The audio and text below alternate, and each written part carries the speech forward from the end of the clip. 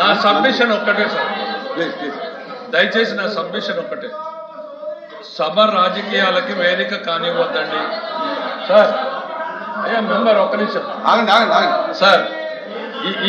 ఈ తిరుమల తిరుపతి దేవస్థానాన్ని పవిత్రంగా భావించేటువంటి లక్షలాది కోట్లాది మంది భక్తుల మనోభిప్రాయాల్ని దృష్టిలో పెట్టుకోండి.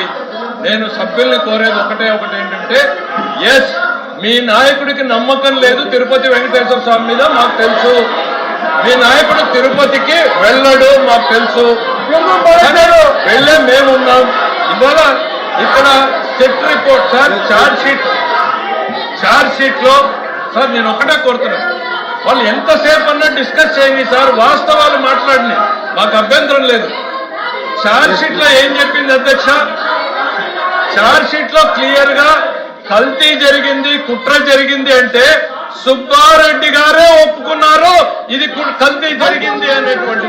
కానీ ఈ సభ్యుడు ఇక్కడ ఏదో జరగలేదు అనేటువంటి ప్రయత్నం. సార్ వాస్తవాలు కళ్ళ ముందు ఉన్నాయి, దయచేసి సబ్జెక్ట్ లో మీకు ఏముంటే అవి చెప్పండి, అంతేగాని భక్తుల మనోభావాల్ని దెబ్బతీసే ప్రయత్నం చేయొద్దు.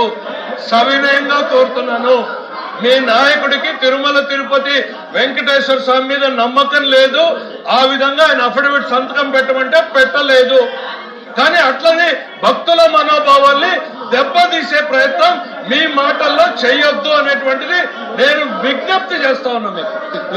ప్లీజ్